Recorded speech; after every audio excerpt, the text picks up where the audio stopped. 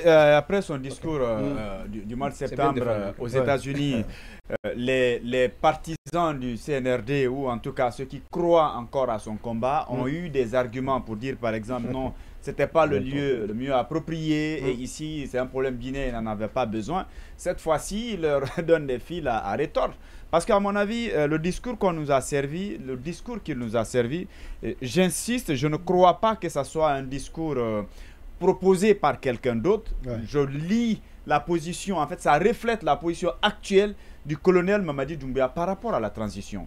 Si vous remarquez, l'ensemble de toutes les institutions. Mais bien sûr, si vous remarquez, c'est-à-dire à commencer par son mode vestimentaire, son discours. Oui, aujourd'hui, par exemple, il allait faire le dépôt de la gerbe de fleurs en tenue militaire, mais en venant au niveau du défilé. Mais bien sûr, mais bien sûr. En fait, les choses sont la situation évolue. Je pense et même l'appellation, on ne dit plus le président de la transition. À mon avis, on dit le président de la République. À travers ce discours, on va dire, ce qu'il n'a pas dit, c'est ce qu'on a compris.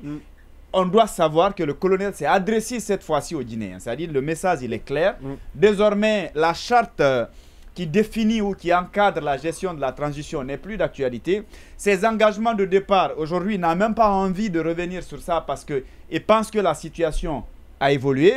Et le discours en tant que tel, ce qui est choquant, c'est qu'au moins, il avait tenté de s'appuyer sur les réformes économiques ou les acquis du CNRD. Mais même là également, on sent qu'il n'y a rien à nous proposer. Je pense que la réalité, c'est cela.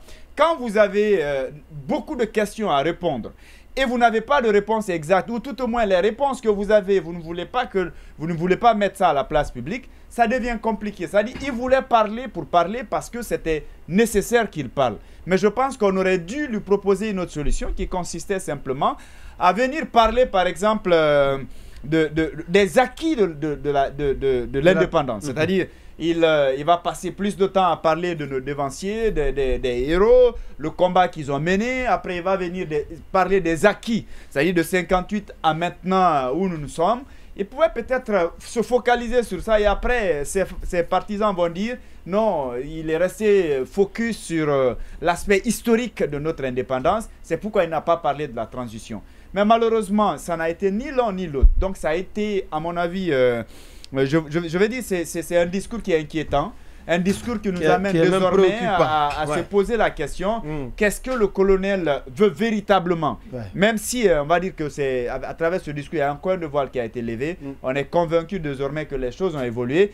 Et ce qui se passe dans la sous-région, c'est ce qu'il faut craindre. Parce que j'ai comme l'impression qu'on a tendance à aériser le coup d'État en système, c'est-à-dire les pays concernés pensent qu'ils peuvent coaliser, ils peuvent, c'est-à-dire cracher sur la démocratie, aller gérer ces différents pays comme ils le souhaitent, mais c'est mal calculer la situation.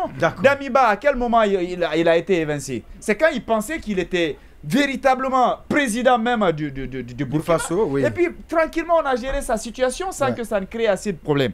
Je pense que notre pays n'a pas besoin de ça. Le colonel, il a eu le soutien de tout le monde à ce stade. On le dit. Il doit rester derrière ses engagements de départ et comprendre que la Guinée de 58 et la Guinée d'aujourd'hui, ce n'est pas la même chose. Oui, très rapidement. Juste une petite virgule.